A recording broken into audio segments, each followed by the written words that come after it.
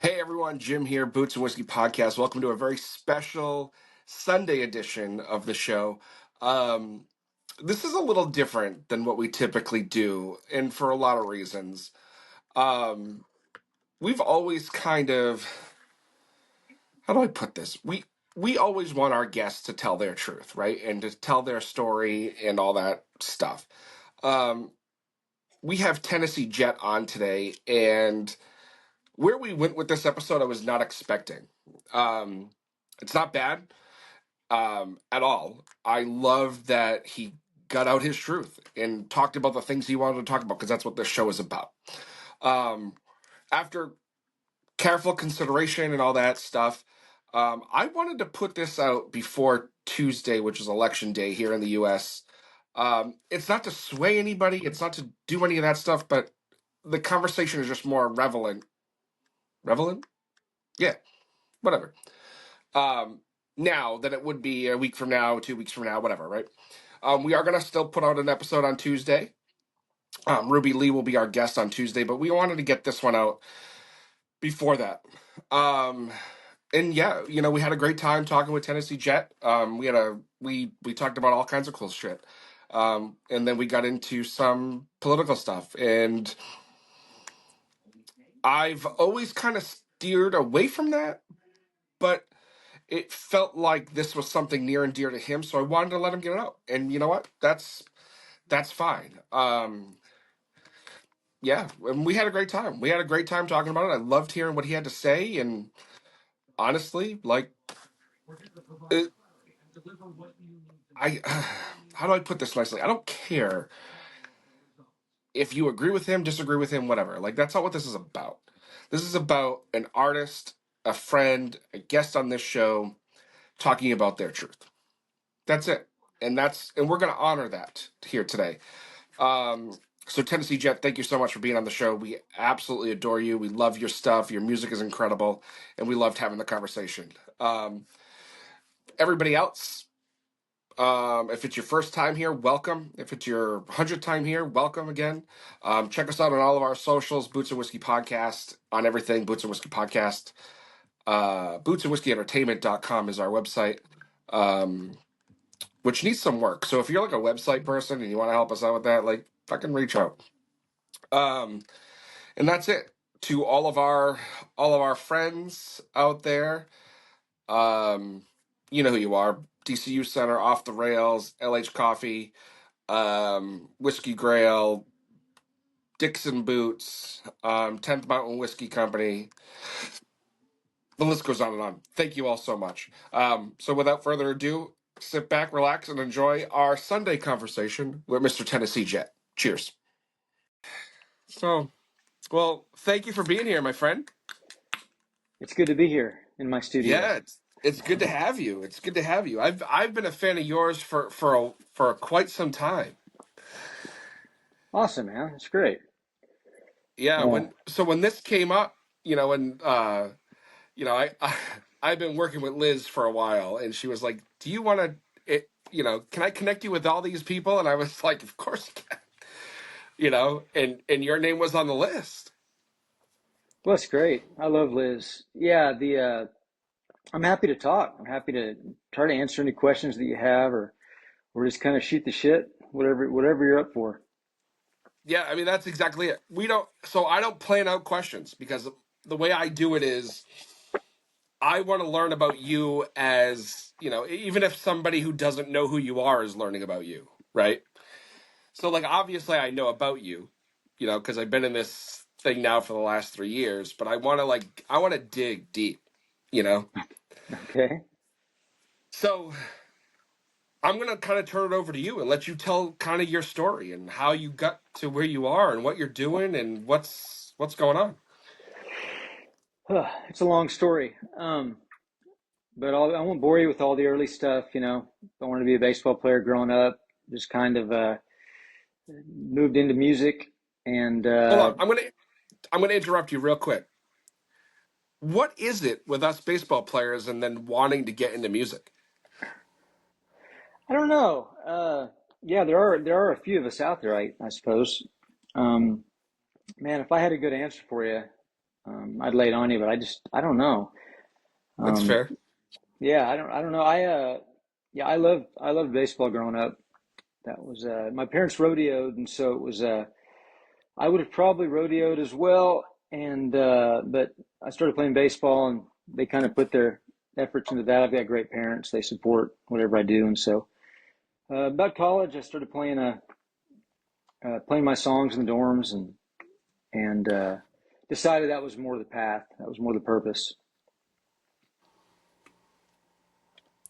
So, at what point had you always played?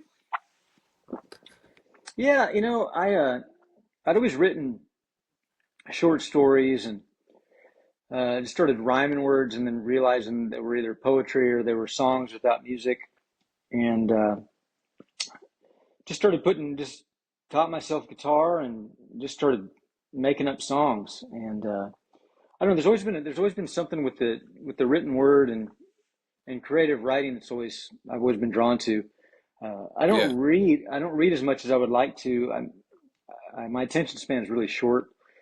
So I've got to read pages over and over and over to kind of take them in. That's why I like John Steinbeck so much, because he'll take 5 pages to describe, a breeze, or, color of a dress. So I can read it, and even if I miss half the stuff that he's putting out there, I still feel like I get a sense of where he's going with it. So Yeah, yeah. Do you have a favorite Steinbeck novel? yeah, I love East of Eden. Okay. Uh, that'd be my favorite, but they're also good. We just read Because he did Travels. Grapes of Wrath too, right? Yeah, Grapes of Wrath, of Mice and Men, That's right. which Yeah, is yeah. one of the greatest endings, to any novel. You know, And my oldest is a step, right? In my my wife, ex-wife, however you want to categorize her now at this point. When he was younger, we she used to call him Lenny because he was that kind of like oafy, like very spatially unaware. yeah, Um, so it's funny that you mention it. yeah, it's such a great, my favorite. Like I love the Coen Brothers. Their movies don't really have stereotypical endings. No, So it's a different experience. But with Steinbeck, you usually get a pretty clear ending, and I tend to yeah, kind of like an ending. You can leave it open ended, but there's very few people that when they leave something open ended, do I feel like I've got my money's worth. Coen Brothers certainly, I feel like I get my money's worth, even though a lot of their movies don't really have their standard endings or atypical endings even. They just they're just over. They don't really have an yeah. ending oftentimes. But Steinbeck's got great endings. A Mice and Men is probably my favorite. Cannery Row is a great book. I love The Winter of Our Discontent. That's a really great one. And but man, they're just all so good. Everyone I've read's been great. Even the one I had to read in high school, The Pearl, was great. But I think the only Steinbeck novel I remember having to read was Of Mice and Men. mhm. Everything else, I'm not gonna lie, I never read. Well, I mean, it's different, and you can also get into books on tape. Like if you're people like me, maybe people like you, where it's just like my brain is just constantly running. So it's just Yeah. tough to read a book. But whenever we're on a long drive, when we're heading to South Dakota or California or Montana or something, we'll kind of pick a novel. When we went to Montana last, it was I think Travels with Charlie, and then we actually listened to A River Runs Through It. If you Okay. remember that movie. We Yeah, try to yeah. kind of pair the novel with where we're going. I say novel, books on tape usually, but that's kind of great just to zone out and listen to that and then kind of look at the scenery around you. We last time we were in Northern California, we put East of Eden on, and so you're driving around and literally, Steinbeck's talking about the Salinas Valley, and you're looking off the road and seeing Salinas Valley. It's just cool. We try to make the trips more than just show to show to show, because that's what happens a lot of times is people ask you about these different cities, and you really just see the green room, and you see the venue, Yeah. but you don't really have a chance to get out and do much. So lately we've been trying to uh, take in more of the cities, kind of turn work into, work vacations, even if we add like a day to the front or the back end of it. I just played in Right. Washington and DC, and we just so we went out there a couple of days early just to go to the different museums and just kind of walk around. It's you're not here very long, and so you've got to experience things while you're here. And if you're just doing work all the time, um, Yeah. you It's funny you say that because you know, we're in year 3, right, of this show, and we talk to everybody, right? I have never, in all of the years of doing this, have never heard anybody talk about the travel in between cities or wherever you're going the way you just described it. well, it's really what we get paid for. It's the travel, Yeah. it's the load in, the load out, and we get paid to wait around. Um, so, Yeah. which Yeah. is weird. So when musicians complain about this job, I don't understand it because it's like, the hardest thing that we have to do is either drive or we have to, just wait. And like, if that's the worst Yeah. part of your job, then you're pretty spoiled. It's nothing compared Yeah. to the worst day of a fireman's job or a cop's job or a soldier's job, or a teacher's job where you're just dealing with unruly kids. It's just this is a really good gig. It's a really good job. It's kind of one of those jobs where Yeah. you feel like at any time someone could like tap you on the shoulder and be like, "All right, now you've got to get a real job." You can't do this anymore. It's Yeah. just but uh, but yeah, you try to make it. You try to make all the time between shows as valuable as it can be, and try to absorb as much as you can so you have material to write about. Because if you're just playing shows all the time and not taking in, the in between, then your songs are going to tend to be those typical, traveling road songs. Turn the page type stuff. Which Turn the Page is a great It song, but is. man, it's been written a lot. And so Yeah. you got to get out there and experience. That's one of the challenges of doing music for a living, and then also creating, is that you've got to live life to have things to write about. And if all you're doing is going from show to show, after a while it gets to be pretty cliche, the things that you're writing about. So Yeah. you've got to try to. Yeah. It's funny because, I talk to people all the time, like I said, and I think about you and I think about, other people in your position, right? And you're absolutely right. You have to experience things to be able to write about it. And, in a case like yours, and you talk about this being a job and all that, because I mean, at the end of the day, it is, right? At what point in your grind, let's say, did you say, were you able to make this your job? Uh, I was pretty fortunate. I haven't had more than just like a handful of actual jobs, and by that I mean it could have been like a few months of like telemarketing, trying to like Yeah, yeah, selling something, or just working just these little mundane jobs just to basically like kind of pay some bills here and there. Well, I was just getting music started, but I've been really really blessed. I started playing music and just started booking shows, and that's pretty much all I've done. I haven't had to, I know I was talking to, like, if you talk to Jinx, he's had some, he's had some like hard labor jobs, and like he was a server at Bennigan's, and so I didn't have to do those things. I just got lucky. yeah.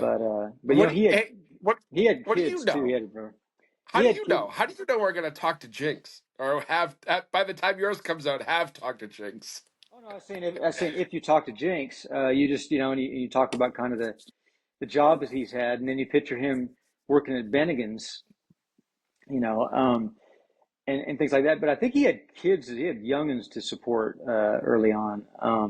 Yeah, It's just been my wife and I, and then we have a little wiener dog named Orwell, and we're not really a cat family, but we have two cats now, just because strays I love we that you start. said we're not a cat family. Yeah, well, they just started coming to the door, and we started feeding them, and then this one we had this we had a we had a wiener dog named Orson, and so we got a cat so he could have a friend, and then when Orson died, then it was just the cat, and then so we got another wiener dog, and that was going to be it, just a dog and a cat, that'd be fine. But this cat shows up at our back door, and this kind of gray cat, and I thought her hands were like messed up because it was like it seems like she's got like 12 toes on each hand. It's wild. And I was thinking, oh, this poor cat, we've got to help this cat, so we'll feed it and it can live outside in the trees and stuff. And but it turned out it's what's called a polydactyl cat or a Hemingway cat, and they literally, like, if you look them up, they're pretty wild looking. They've got like I think she's got like 9 or 10 toes on like each like bundle of hand or foot, and Damn. so she just started kind of coming to the door, and then I let her in a couple of nights, and now she's like sleeping on the pillow next to me, and we've got a wiener dog, and we get a cat, and sometimes two cats, and I don't even know how it happened. We just woke up one day, and that was just the way that it was. So You we know, live out in the last year my oldest, he wanted a cat for his birthday. And we're not like domesticated animal people, like at all. So we went and we were like, fine, we'll get you a cat for your birthday, right? But like these are the parameters. Like you have to take care of it, you have to feed it, you have to clean it, you know, the whole 9 yards. Well, obviously we ended up, my wife and I, or my, you know, whatever, ended up being the one that took care of these cats. And we sold our house earlier this year, and where she went and when I went, like we couldn't keep the cats. So they had to go like back to where they came from. And you you've never seen heartbreak in a child's eyes, like when you say you have to bring your cats back. Yeah, It it's was rough. it was something I never want to go through ever again. Yeah, losing pets is that's a rough one. Um, Yeah. yeah, It's we almost live like at it's worse than losing like a grandparent almost. well, it's like your cats become part of your immediate family, and because they rely on you, dogs certainly rely more on humans more than cats. Cats are pretty independent. They can kind of make do. Dogs get really, really clingy, and they have separation anxiety, like especially wiener dogs. They're a whole other level of separation anxiety. Um, but yeah, when I think Orson lived to be about, I want to say maybe maybe 12, 13. My wife knows exactly. I'm really bad with dates and time and directions, like atrocious at directions. Well, listen, you can sing a song, so who gives a fuck? It's funny we were talking since I mentioned Jinx earlier. Um, we were doing a show in Dallas. I think it was like one of his Christmas shows or something, and we had some time to kill, so we were just kind of walking around, and we'd probably went about, I don't know, maybe 5 blocks away from the venue, and we're like, well, we should probably head back to the venue, and so we start kind of walking, and we're both just kind of watching each other because neither one of us know where the hell the venue is. We're just so lost. He's like me. He's got no sense of direction at all. And so it was like the blind leading the blind. Once we both realized, like, I think he was the one that said, he was like, "You don't know where we are either, do you?" And I was like, "Nope." And we were literally like 5 blocks from the venue. It was pretty bad, but it's a weird thing. There's certain things that God just, it's almost like it's like a joke, like he doesn't want to give you certain common abilities. Yeah, It's proof that God has a sense of humor that I have no clue if I'm 5 blocks from a venue how to get back to it. And it's strange. damn. It's strange. You can't pick your genius, Yeah, but you also can't pick the your idiocy either, I guess. right, right. Now, what? Seeing you've brought it up a few times, what is your relationship with Jinx? Well, I was playing a show. I was opening a show for Jim Lauderdale, acoustic, in Dallas, and this guy shows Uh-oh. up. There's this guy there's probably maybe 65 people there, and but there's this one guy that's kind of like in the back with this like big beard on and a ball cap and just kind of like and he after the show he walks up and just like wants to buy a record, and so sold him a couple records, and didn't think too much of it, and uh, and then about I don't know, maybe a month later, he was kind of shouting me out on the socials and things like that, and I wasn't familiar with him at the time, and he was just like real supportive, just like I guess he dug the show that night, and so we just started doing shows together, and then we started writing songs together, and he's just become one of my best friends in the world. We've probably written, I think he's cut like 10 or more songs that we've written together, and it's just real easy to write with him. So it's just one of those kind of situations where I think it's just two people that didn't really fit in with a lot of the typical, music scenes, I guess you'd call them. I hate the word scene because I feel like people put, you know, too big an emphasis on it. There's really just one big scene, Yeah. and you're really kind of, in a sense, you're kind of competing with everybody, and you're only competing with yourself at the same time. Um, Yeah. but I think we just both kind of found a kinship, and that like, we're into a lot of the same music, and we have a lot of the same views, and we we don't really have a lot of patience for um, doing maybe taking the traditional route, in music. Um, and so, yeah, we just hit it off really well. The first song we wrote was "Lifers," and it ended up being title track to a record, and it's just really easy to write with him. He's become a dear friend, and I respect him a lot. It's funny. You're not the first person to tell us that on this show, right? We had, I mean, by the time this comes out, our Ward Davis episode will have Hmm. been out, and Ward is I'm sure you've met Ward, right? Oh yeah, I've toured the country with Ward. Yeah. Dude, Ward is the fucking like after that conversation. I hope you listen to that conversation that we released with him because he is like talk like a lot of things don't shock me after doing this, right? But some of the things he told me shocked the shit out of me. Like I was like, holy shit. And he is like, he's the kind of dude you want to sit down and have a beer with and be like, all right, talk to me. Yeah, yeah. He's another one. He went to Nashville, and certainly paid dues, and never really fit in with that structure. The way that it's the No. way that it's typically done there, and you really can't. That's the thing I've kind of learned is you really can't fake it. You can't fake that you're into certain things, or that you're or that you're if you want to create music that's unique to your experiences, and that are not maybe kind of tailor made for a very specific thing.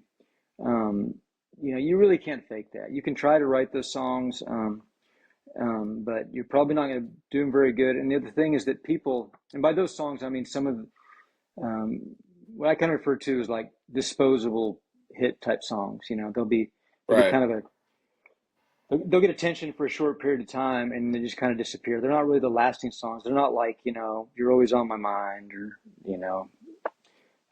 "Ogie from Muskogee." Songs that people are going to be covering for years from now.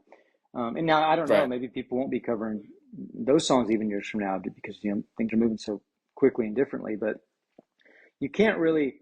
You can try to write like I lived in Nashville for a few years, and you try to kind of go, okay, well, hey, this song might, maybe someone like, maybe this would kind of shoehorn its way into being like a modern country thing, so you might Right. demo it Like that way, and but in like the the end, modern country ballad or hit song or whatever. well, yeah, or you just, but the thing is, the people that write that stuff and are successful with it, like they like that, like that's what they listen to, and that's what they Yeah. love, so if you Yeah. don't Yeah. really love something, you're purely crafting something, you're not going to be willing to go as far as you need to go to make it, for whatever you want to call it, is like is cliche or is is I don't want to be too insulting because it's just taste and preference, So in country music right Yeah. now, I will say is a hell of a lot better than it was 5 years ago. It's Oh, way better than it was, dude, and so it's better now than it was fucking 3 years ago when I started this. yeah, it's getting. I think it's getting better and better as more of the countryside of Americana and folk are kind of infiltrating it just a little bit. Yeah. And so I mean, like you can turn on country radio now, and you're probably like, it's probably one out of every three or one out of every two songs, at least for me, that I can go like, man, this is great. Lainey Wilson's great, Hmm. and Stapleton's Yeah. great, Yeah. and so that's cool. It's a lot better than it was whenever like Florida Georgia Line was ruling the airwaves. Um, and nothing Bro, against you them. I mean, said it. it's all taste and preference, like I said. So I'm not Yeah. saying that like, but but it's my taste and preference. I'm speaking to I'm speaking to preaching to the choir here. We both kind of like are into the same type of thing. So it's like for people like us, country's a lot better than it was after Yeah. post bro country. Right. Which Now, let me ask you this, right? Now, because it's a very interesting take that you say that because, up here, so we're in New England, right?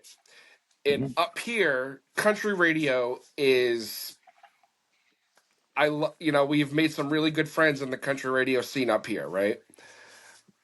And I know they have nothing to do with it, but a lot of it is still sucks. Like in the big scheme of things, right?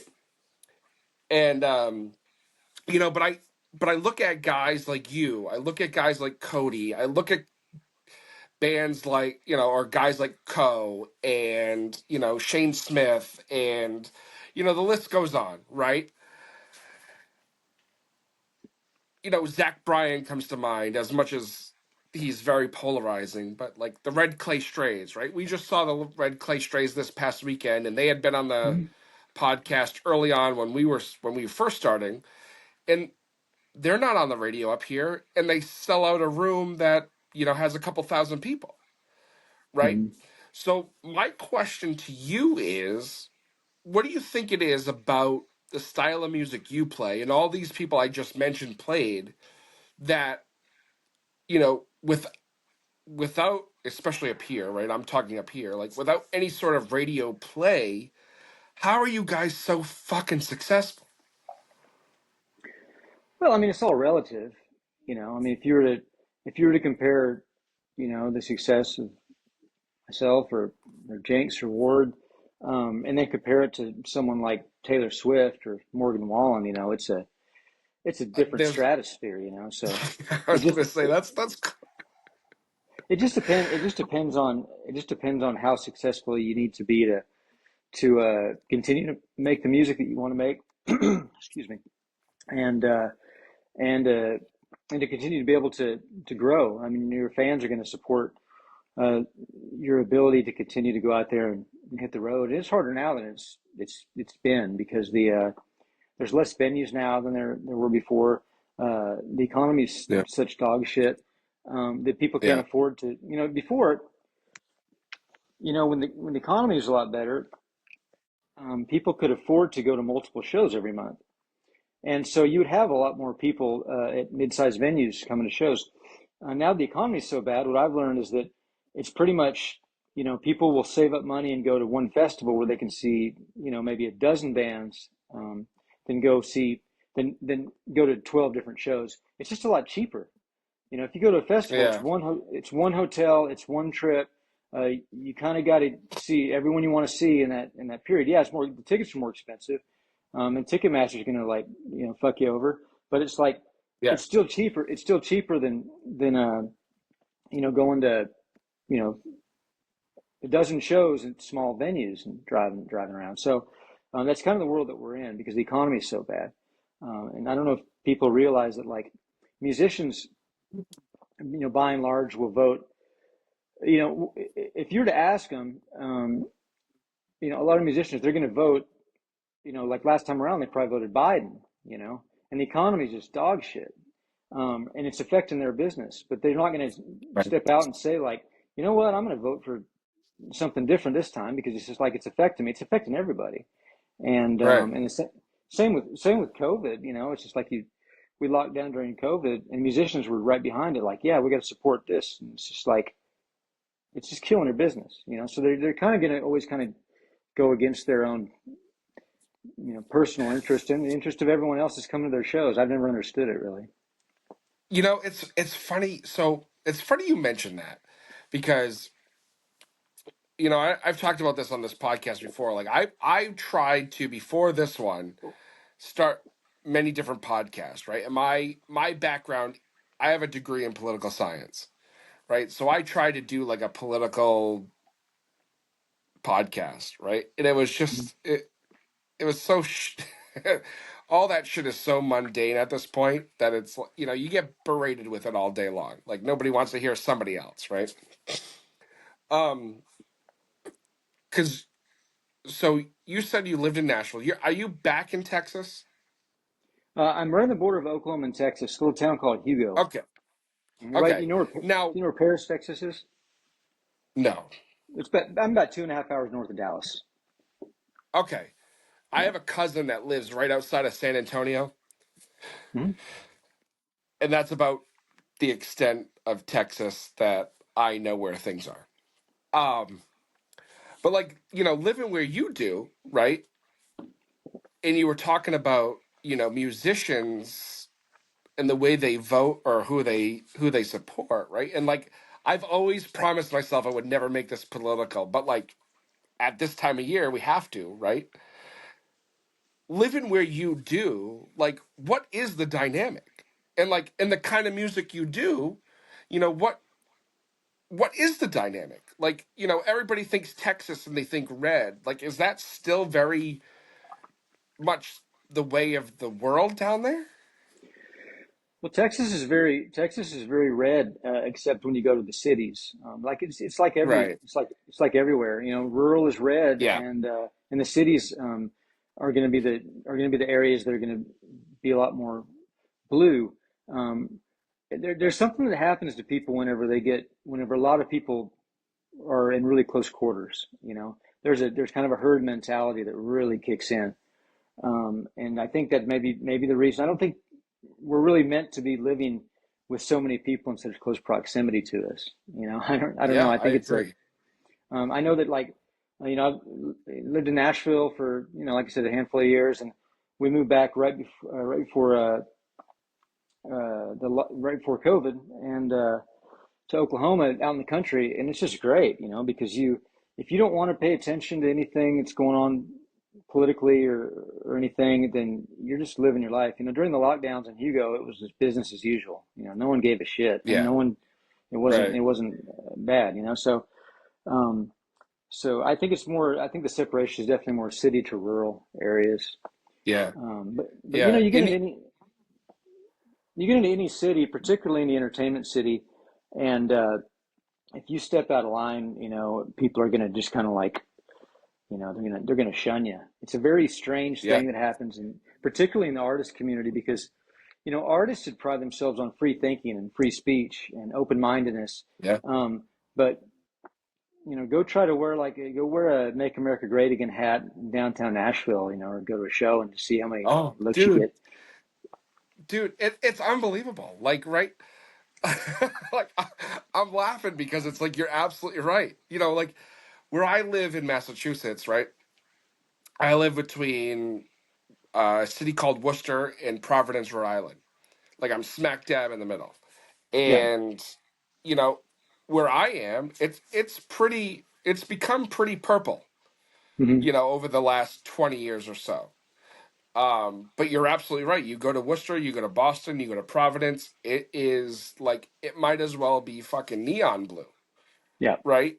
Because Yeah. that's just you're absolutely right. And like when I was in college, I had written a paper about how the suburban areas were becoming more red and the cities were becoming more blue, and I got laughed at.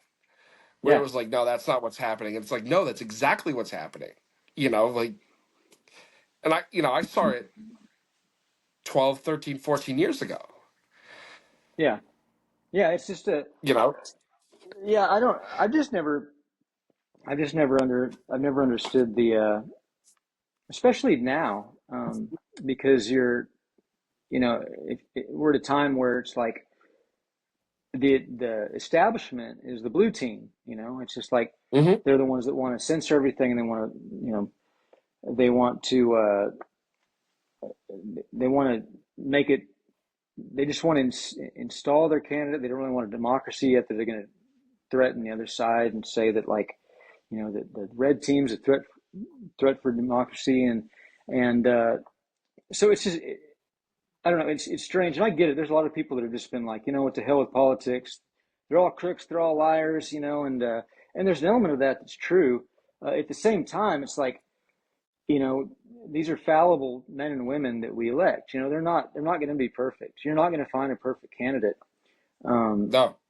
they're human, so it's just like it becomes more of a chess game for, like, future.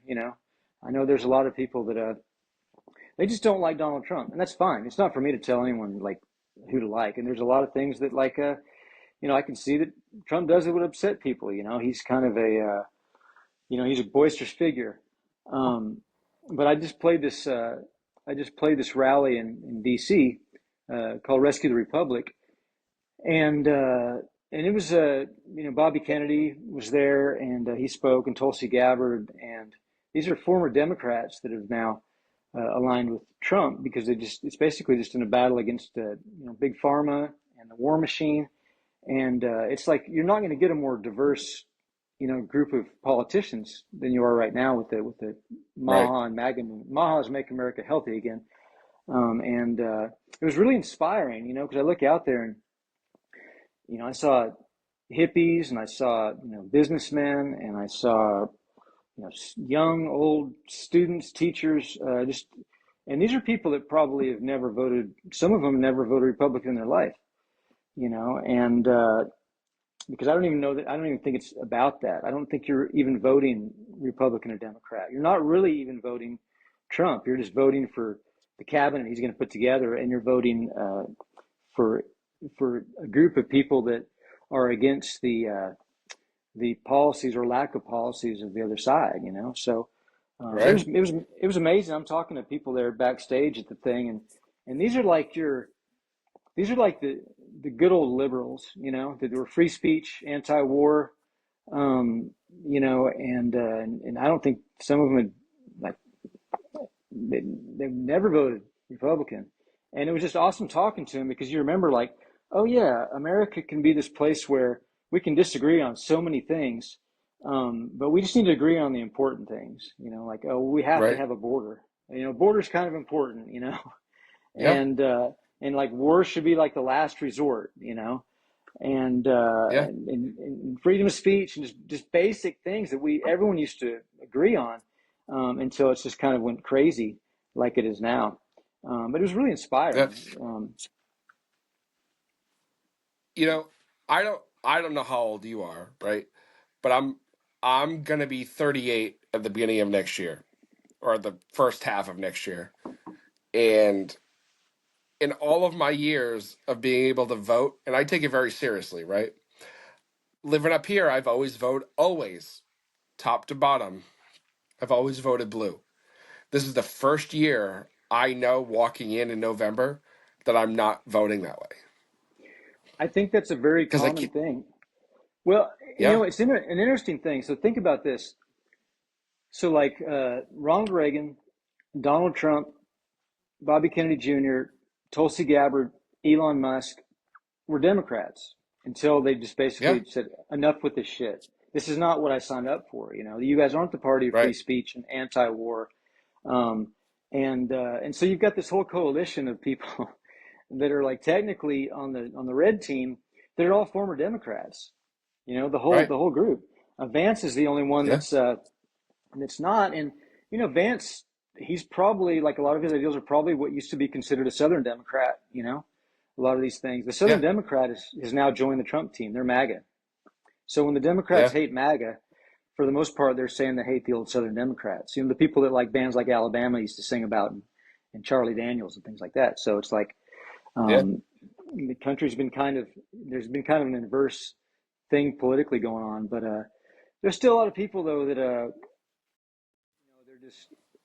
holding tight to holding tight to the blue team. It's not for me to tell anyone who to vote for. I mean, I can tell Yeah. people who, my views, and I can tell people my views and why or why not. But it's like in the end, it's like it's not for me to tell anyone Right. who to You're vote for. right. Right. And I respect the hell out of you for that because there's a lot of people out there, and maybe artists that are quote unquote bigger than you, right?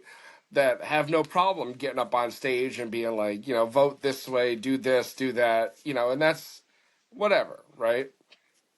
But for the success that you've had, right? And I wanted to ask you this when you were talking about, getting to DC days earlier, or really any city you get to days earlier. Like when you're out and about, you know, do people know who you are? It just depends. There's times whenever I'm surprised, at an airport or something like that. Um, like I said, it just depends on where I am. In DC, Yeah. only because that the Rescue Republic is going on. You'll see like Tennessee Jet shirt out in the audience, and people might I might run into people. But if I was just to go to DC on an off show day, the likelihood's a lot less. But uh, Yeah. but yeah, it's funny because I remember when and I get his name wrong every time. Corey Compatore, I think is how you pronounce it. The fireman that was shot during the Trump rally. Um, I just remember thinking like, that's the guy that comes to my shows.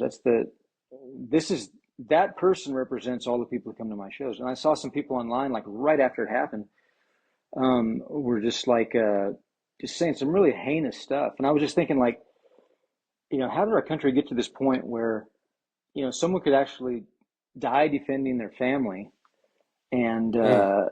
and you're going to get someone on the socials, keyboard warriors are going to get on there and just have to chime in about it, and sometimes it's okay to just like put the computer down and put the phone down, and you don't have to comment on everything, but we live in this Yeah. world where people, say things online they would never say to someone's face. It would just be strange if you just imagine walking up to somebody and just like criticizing something. It'd be so strange. But I think the phones encourage that behavior algorithmically, and I think that's actually the reason why. Think about this: like they know, like when we wake up, when we go to bed, when we sleep, where we are, what we buy, the things we're interested in. Um, we basically give them that information to be connected with everybody else on our phones. And we're on those phones all the time giving them information. So they have profiles of us that are so scary accurate, and they can compare those profiles to other people with similar profiles to understand like, okay, well, for some reason, people that are in this, call it, file over here, we can get them to think this way if we use this tactic or if we push this information or advertise these things to them. So we're really living like in a crazy time as far as manipulation goes. That's why I don't get mad at people Yeah.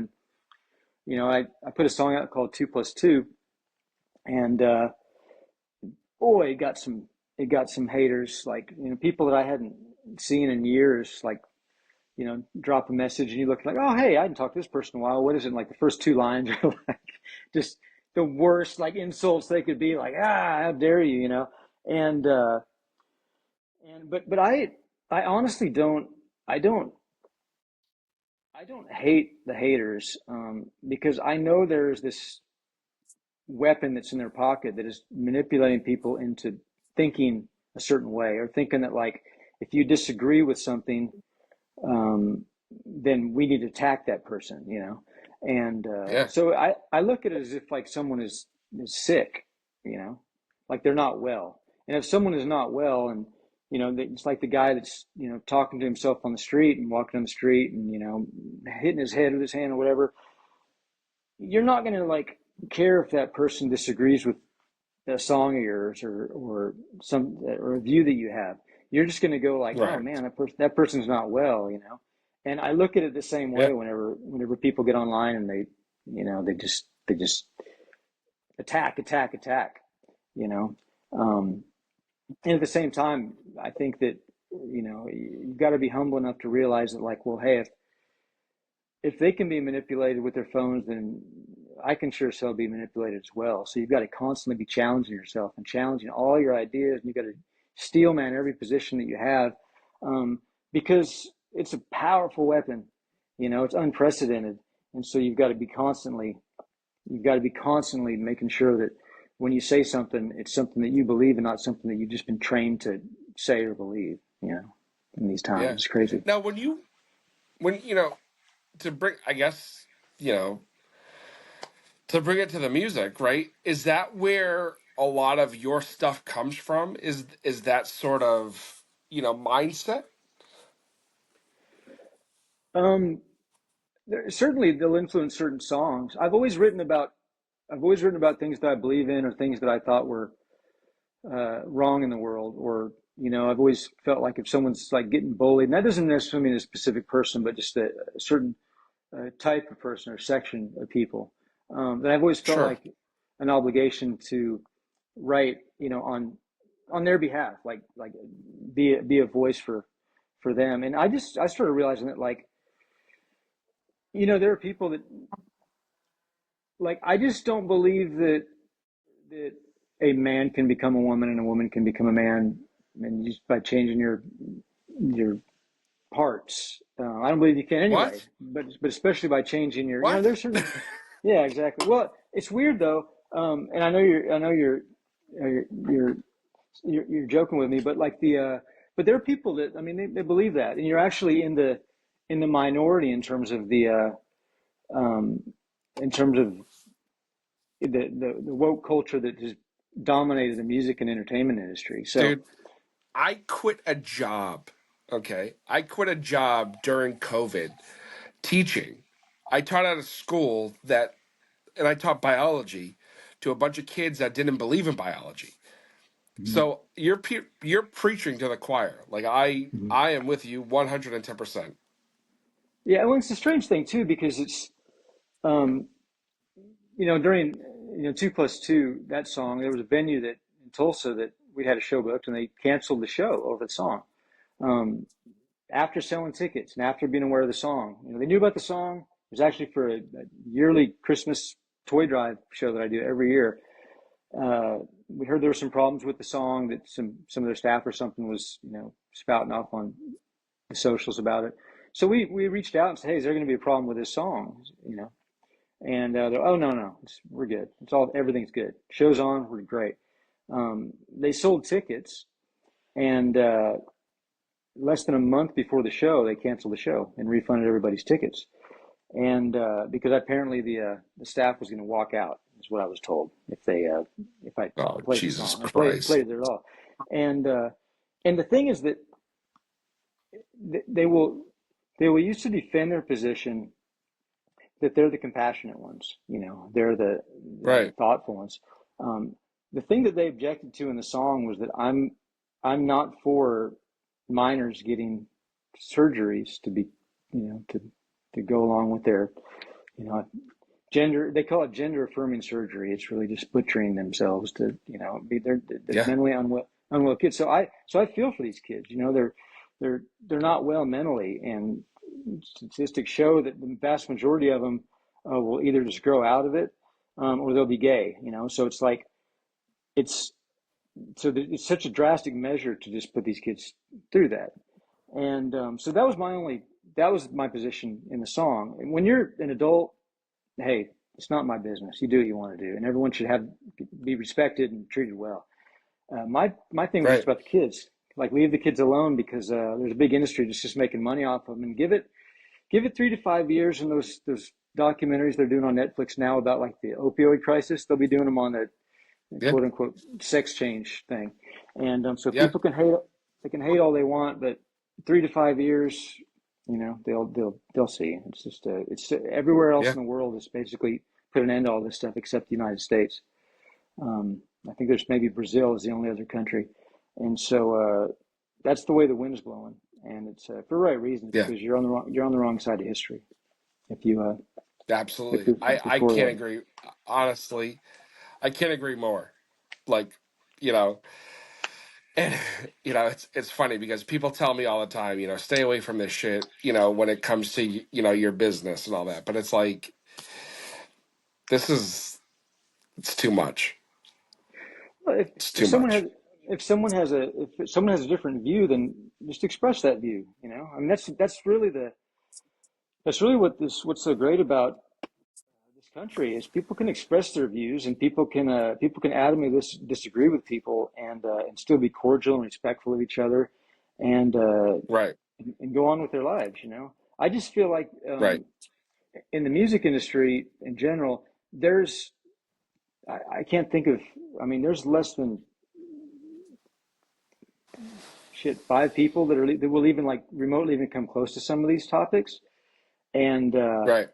I'm sure there are people that I don't know about, so I don't want to leave. If there is someone out there, it's like more power to you. But at the moment, I can't really think of shit, hardly any. But and so I just feel like if I'm not putting these things in songs, then there are going to be people out there that are fans. They're going to think like, oh, am I the minority here? Like no one's, none of the people that I look up to and go and spend my hard-earned money to hear play and see play. None of them agree with me. I get apparently because they're totally like dyed in the wool for the kind of the woke approach. And they're like, well, I'm not woke. And I kind of think it's weird that like kids are like getting their breasts cut off because of, their fantasy of, who they think they are. And so I just at some point just said, fuck it. I'm just going to be more blatant about it because people out there got to realize that like, no, you're not crazy. It's just that like other musicians are just like, for whatever reason, are not going to write about these things. And that's fine too. I'm not telling the other musicians what they should or shouldn't write about. At the same time, like they shouldn't criticize me for wanting to write about things I want to write about. Right. You know, speaking of, you know, the way you write and all that, right? You know, I probably shouldn't say this out loud, but you know, doing what I do, like you stumble across a lot of bands, a lot of artists that, like you said, will and will not talk about things, right? And that's fine. That's up to them. When you when you either write a song, release a song, cover a song, whatever, do you think about those things or do you just go based on, especially if you cover a song, is it based on what you think about the song or what you think about the band and their beliefs and all that shit, you know, behind it? I just try to. I think that you have an obligation as an artist to twofold. One, you've got to try to get some sense of like the way that whatever art that you create is going to be received. So even if the intention of my song might be very specific in my mind, but I think the audience will perceive it in a totally different way, and it could actually be a negative or detrimental thing. Then I've got to be really careful about how I present that song, and I've got to be really careful about every word in the song because the last thing I would want to do is write a song that is meant for to do something positive, and then someone actually hears that song and gets the wrong idea and does something really negative. I think you do have an Right. obligation as an artist um, to at least try to have your songs on some level intellectually where the average person you got to try to think where would the average person how would they perceive this song and maybe even a little bit less Right. than that because because you because what you're doing is songs are powerful things and they take you a lot of different places and the wrong person hearing the wrong song I'm getting the wrong idea our job is to manipulate emotions basically as a songwriter and it is to get people and as an artist is to get people to think and ask questions. It's not necessarily to give anyone answers but it's to get their brain working and get them to think about things and maybe get them out of their break them from maybe their usual ways of thinking, to challenge them. That's what I've always felt like as an artist. Um, and so within that, you've got to know what you're doing from a tactical standpoint, and and how you're manipulating the listener with the song, because it's ultimately what you're doing. You're trying to get inside their head and then get them to think about something. So in order to do that, you're going to use different ways of saying things, different ways of presenting the music. You're going to use dynamics. You're going to use different words. You're going to use the element of surprise. You're going to use everything you can as an artist to try to get that message across. And if you believe you've Right. got a positive, purpose-driven message, then those things become pretty natural, and they shouldn't really be things that covert. They're just you're just going to present a song, and people are going to they're going to react to it. And when you've been doing it long enough, a lot of those things just become second nature, and so you just then you're able to just express yourself, and the way that songs are supposed to be presented, they'll hopefully come out that way. Like Yeah. I have a song that's on the next record that's coming out next month, called "From the River to the Sea."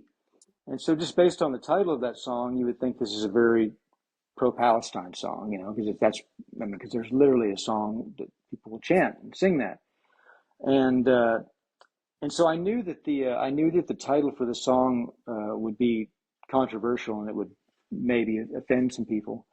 Um, but as Jordan Peterson said, in order to be able to think, you have to be willing to possibly offend people. I'm paraphrasing.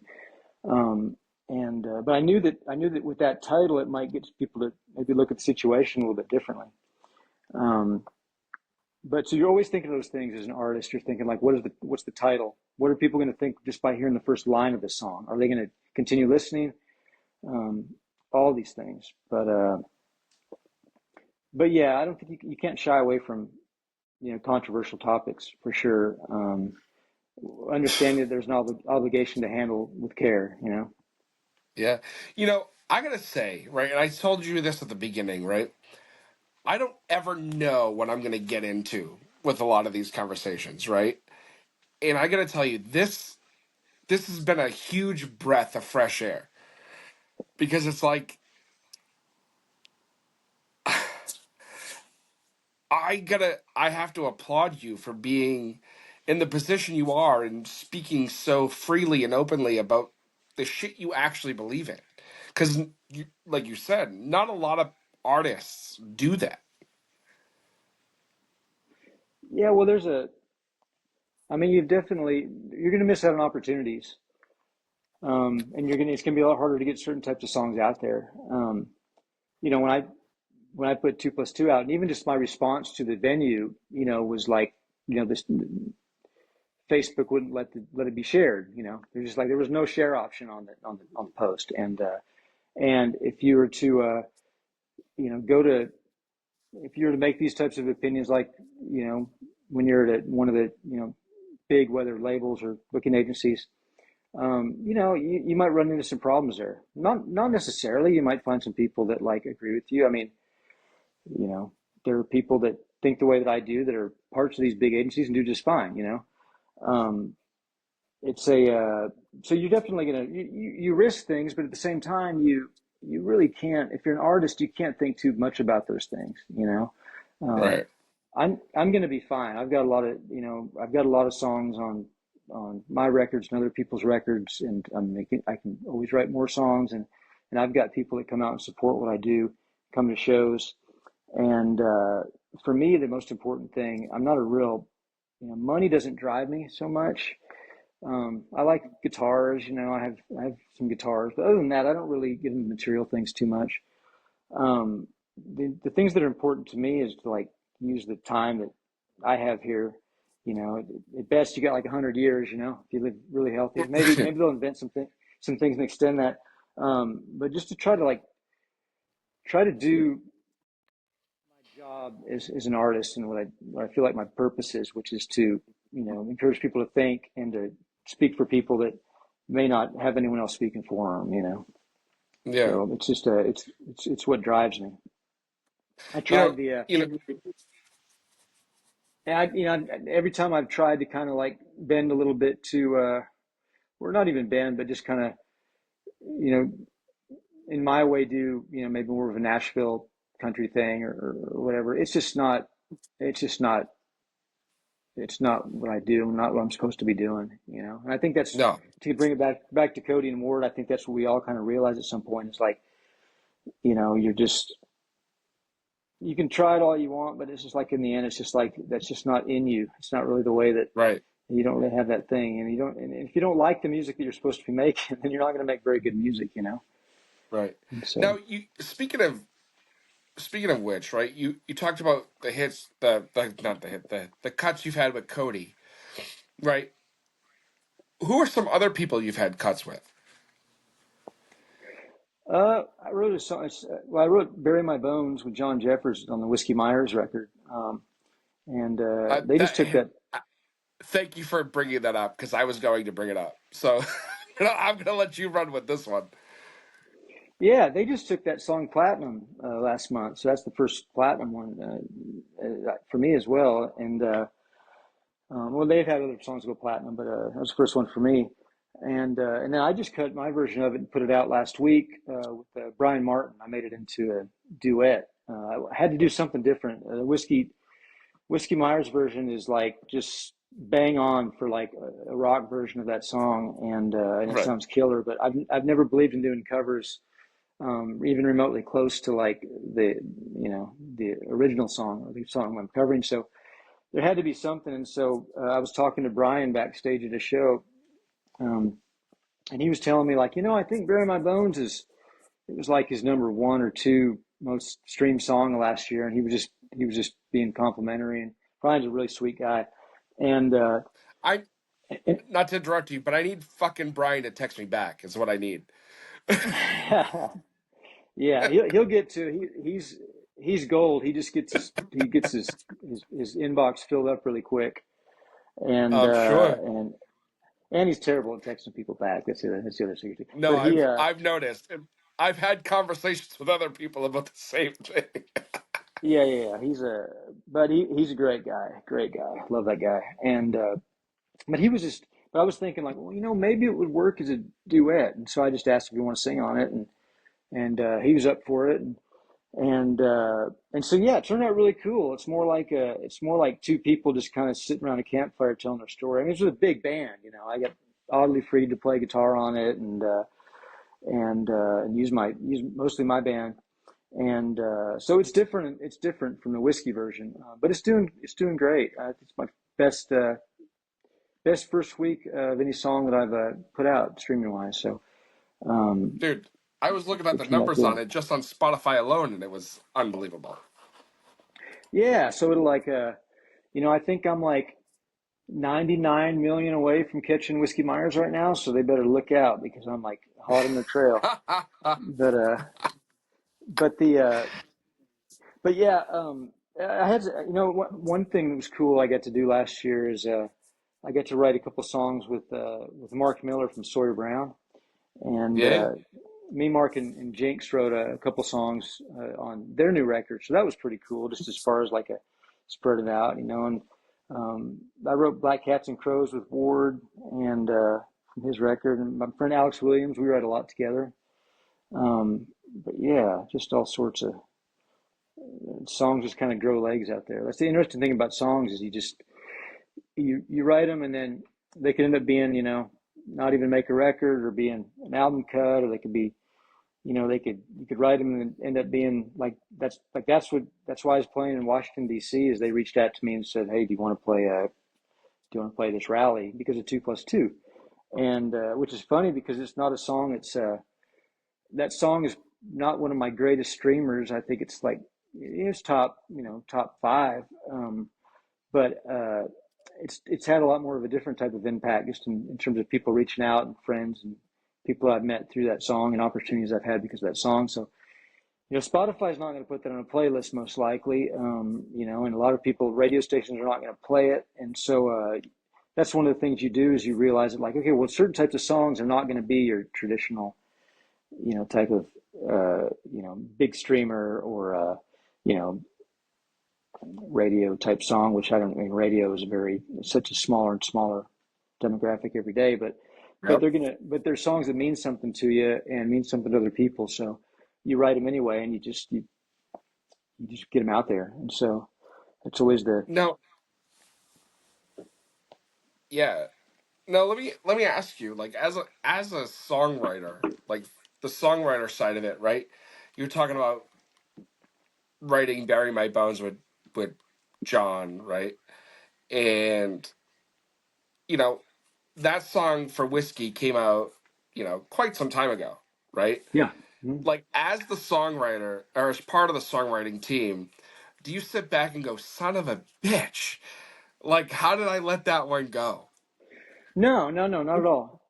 You're happy because you know they've had a ton of people as a songwriter.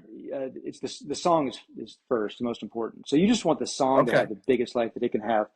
Um, and whether it's you doing the song or whether it's someone else doing the song, you just want that song to be as absolutely monstrous as it could be.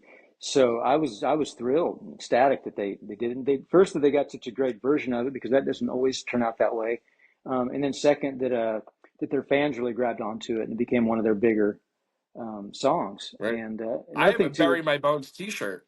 there you go.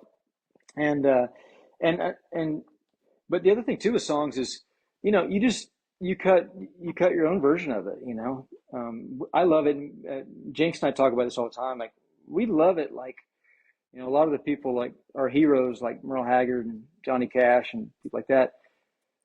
They would like when a hit song came out, like you see a handful of people doing their version of it.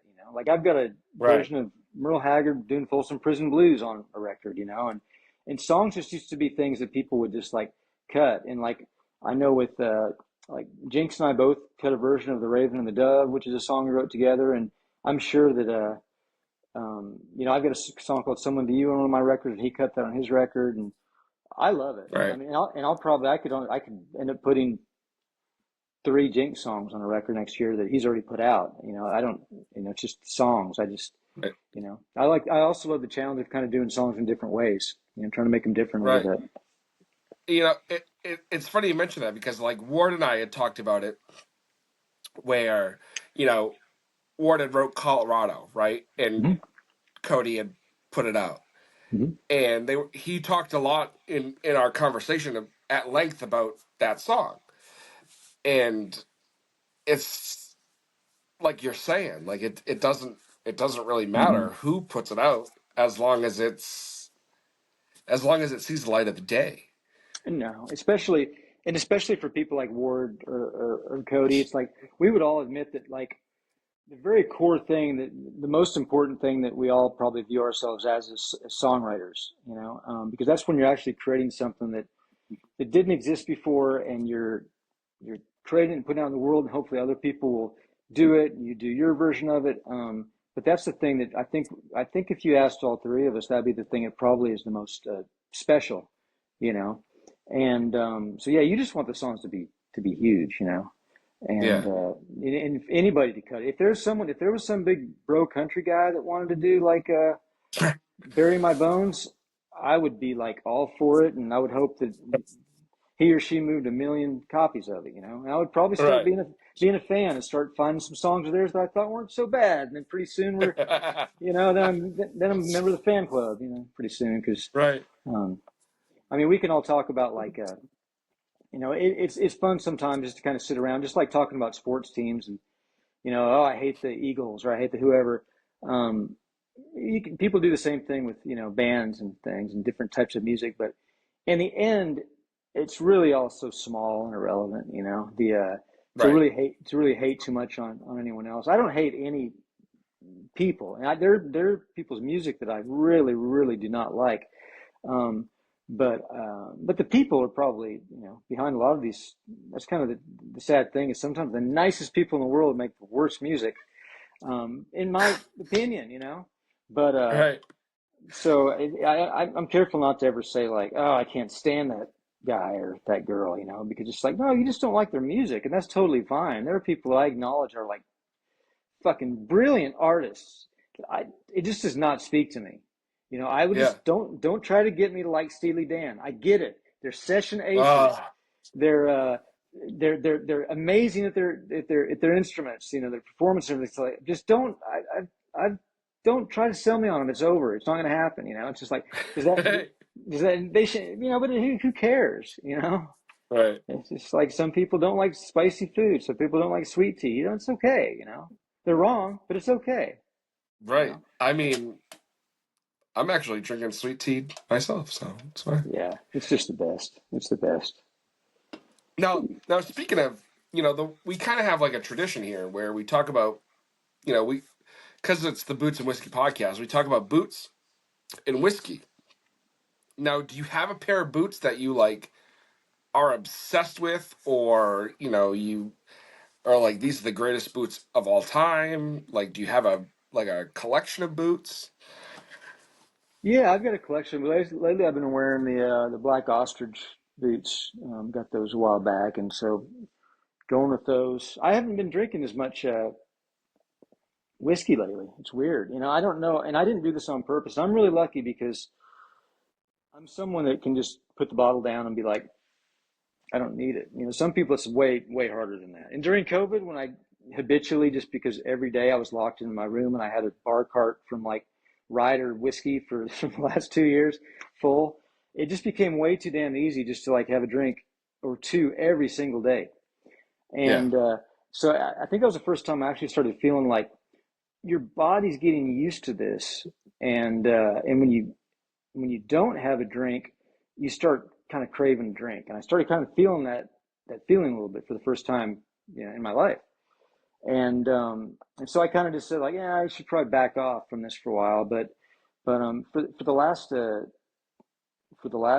shit, I don't know, a couple of months, I haven't really been drinking that much. I'll have a drink here and there. I had some hot apple cider. It's fall in Oklahoma here, which is the most beautiful time of year. So I'll maybe pour some Wellers in that, but that's about it these days. It's like, and I think that's Ward's sober now, and Cody's not drinking. It's like all my rowdy friends have settled down, like happening, and that's a good thing. I think it's you know, if you want to drink, more power to you. If you don't want to, that's cool too.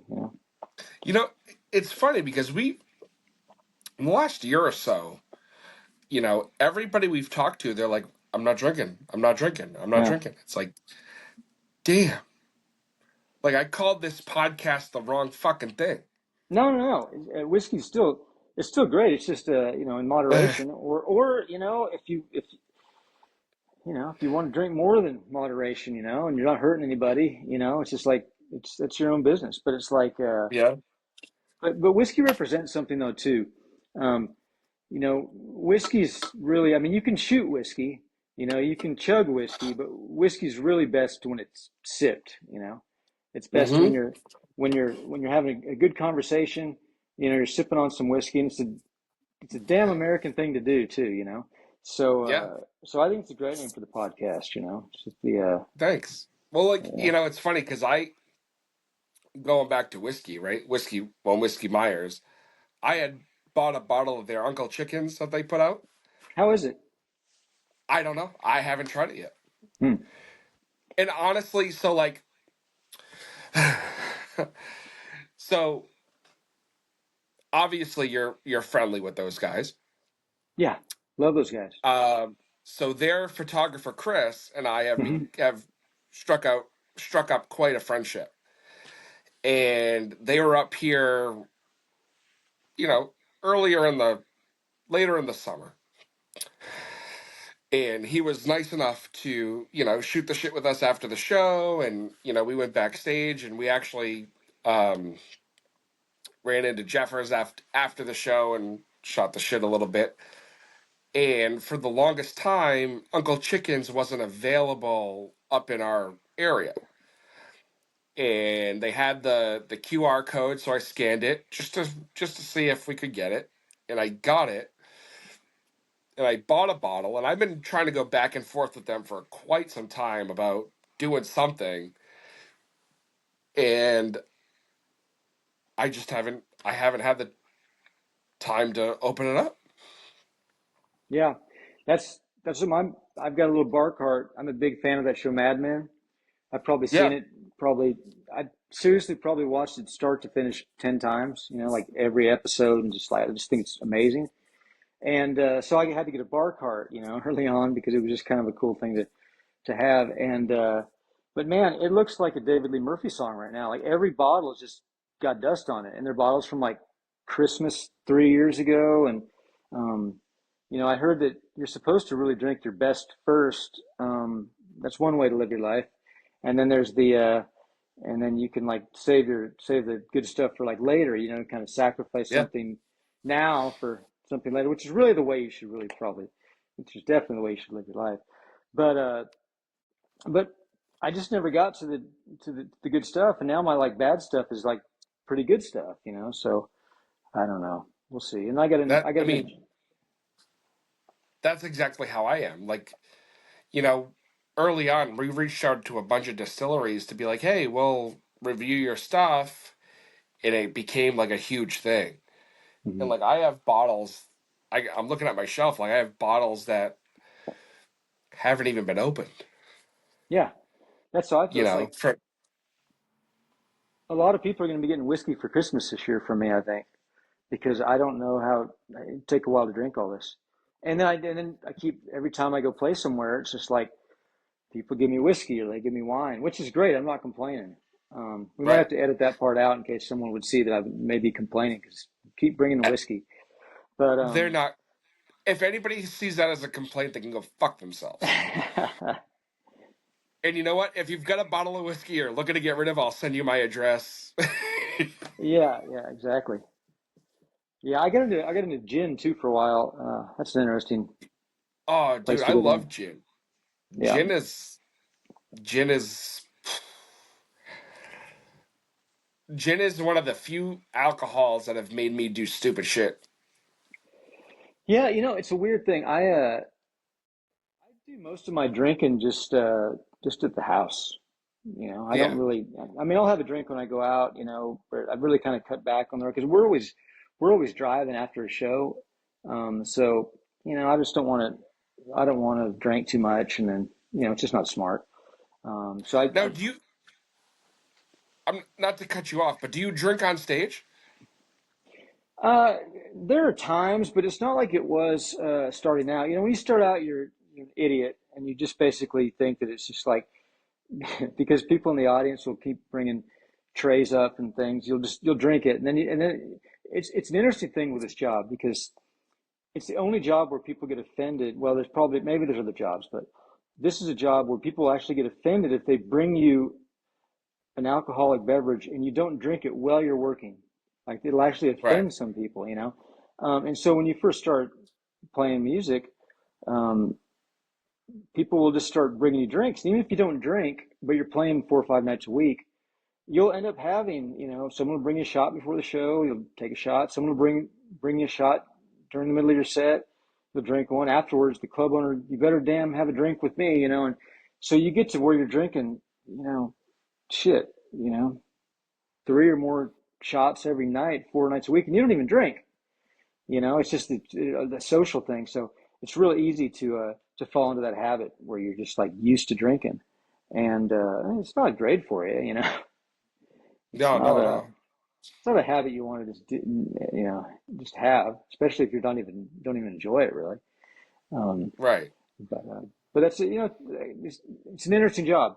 We also get to um, you know, you've got that aspect of it, and then you've got people will actually like drive, you know, hours to come hear songs that you've written. You know, it's a really cool thing, and people will book hotels and they'll take time off work and they'll come see shows. That's why when people cancel shows like a week before a show or something, it's just like I don't understand. It better be really really bad, you know. And sometimes things are really bad, but honestly, sometimes things aren't that bad. People are just canceling shows, and Right. I just don't get it. You know, I don't really associate with that. I don't really. I don't feel any camaraderie to the type of musician that does that. You know, I Yeah. just don't. I don't get it. I don't want any part of that. I don't want that to represent me. You know. Um, No. but anyway, So, other than the new album coming out and that sort of thing, like, what's planned for the rest of the year and early in 2025? Yeah, so the record is gonna be called Ranchero.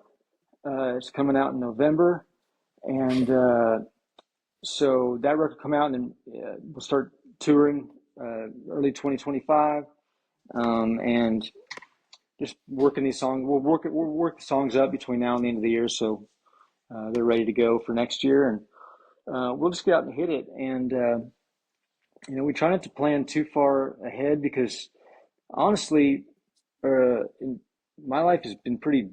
It's, every year I can't really predict what's going to happen.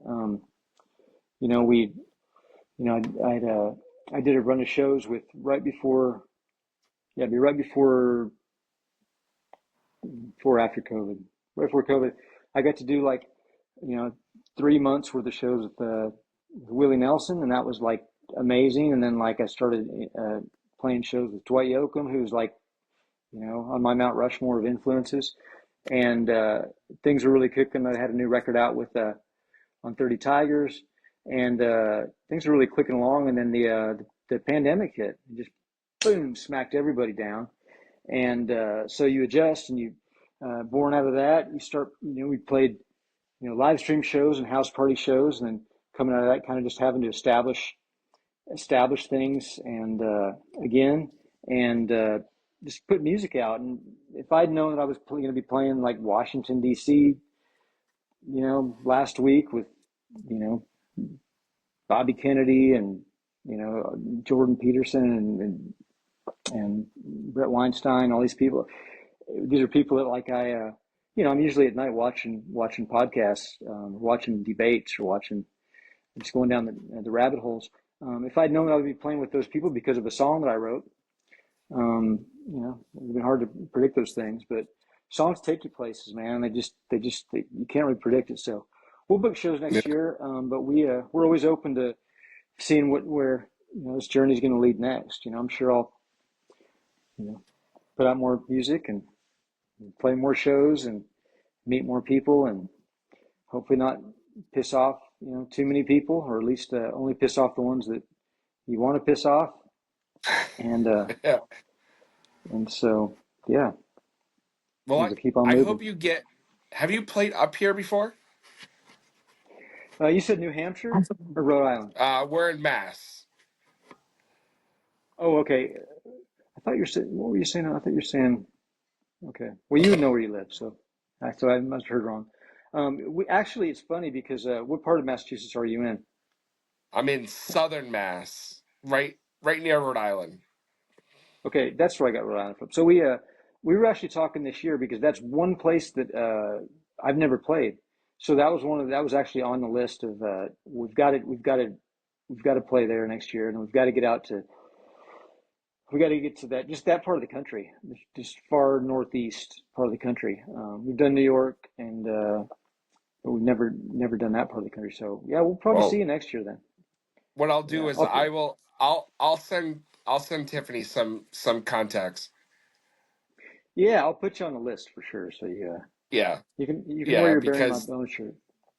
I will, and we have some um relationships with some venues around here that I think you would do quite well in. Yeah, I'd like to play Fenway. Can you hook that up? Dude, bro, so did I. What the fuck? Yeah. We actually just Yeah. saw Post Malone play there, Ah, and like a lot of people give Posty a lot of shit, right? And like I get it, but in the world of like mainstream country, he might have put out the most country album of the year. interesting. Yeah, I like Post Malone a lot. I do too. Because the most rock and roll thing you can do is just whatever the hell you want to do. As long as you're not Yeah, hurting anybody and you're doing your thing. And if you want to make a country record, then a pop record, then hip hop record, whatever you want. It's just like I've never really understood like having to kind of conform to a very specific. And that's why my music is like every record's kind of different from the last one. But Yeah. he's a good energy too. He's just a positive, Yeah. good energy guy, you know. So it's just like I don't dog on anybody. Even if it's music I don't really dig, you know. It's like you know, it's just like he's out there living his best life, you know. It's just like, Right. and he's That positive, and that's positive. it. I actually like his music though. I wouldn't refer to him as someone I didn't like their music, but um, it's creative, it's cool, you know, and he's having fun with it. Yeah, he totally is. Um, honestly, man, I can't, I promised Tiffany I would keep this under a certain time and I didn't. I totally lied to her. So I can't thank you enough for your time, man. Like I've greatly enjoyed our conversation. Oh, likewise, man. Yeah, I like the long format, so it doesn't, you know, I'm just here at the house, so I'm good with the long time. I like when people can actually dig into things. And I like when the conversations go, you know, different than the usual kind of podcast fare. So it was cool. It was a good Yeah. talk, man. Yeah, man. I appreciate it. And like any time, like you're you're more than welcome here anytime you want to come on. If you got some stuff going on or whatever, like please, by all means. Because I could talk to you for hours and hours because you are fascinating beyond belief. That's nice of you to say. Yeah, hell yeah, man. Well, um, you know, it's getting late here on the East Coast. So um and unfortunately I have to fucking work tomorrow. But like I said, anytime you want to come back, I'd love to have you. I know how to get a hold of you. It's been an absolute pleasure. Yeah, man. I'm glad you asked me to do it. It was a pleasure to Yeah, do it. yeah. Anytime, man. Well, thank you so much for everything. And we'll be in touch. Yeah, man. Appreciate it. Thank you.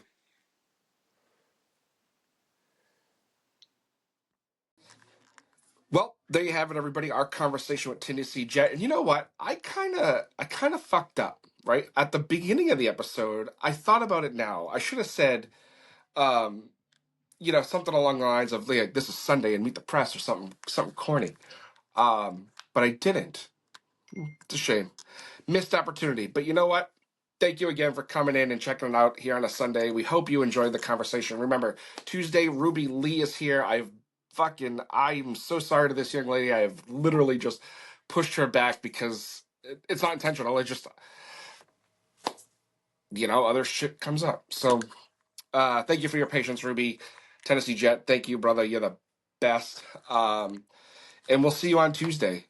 So if you haven't already voted, which I hope you haven't because I have my own personal thoughts on that, but go out on election day, vote. I don't care how you vote, red, blue, purple, I don't give a shit. Just get out and do it.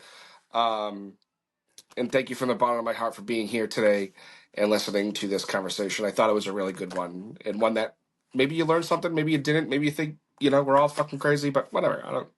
We are. So enjoy the rest of your weekend, guys. We'll see you on Tuesday. Cheers.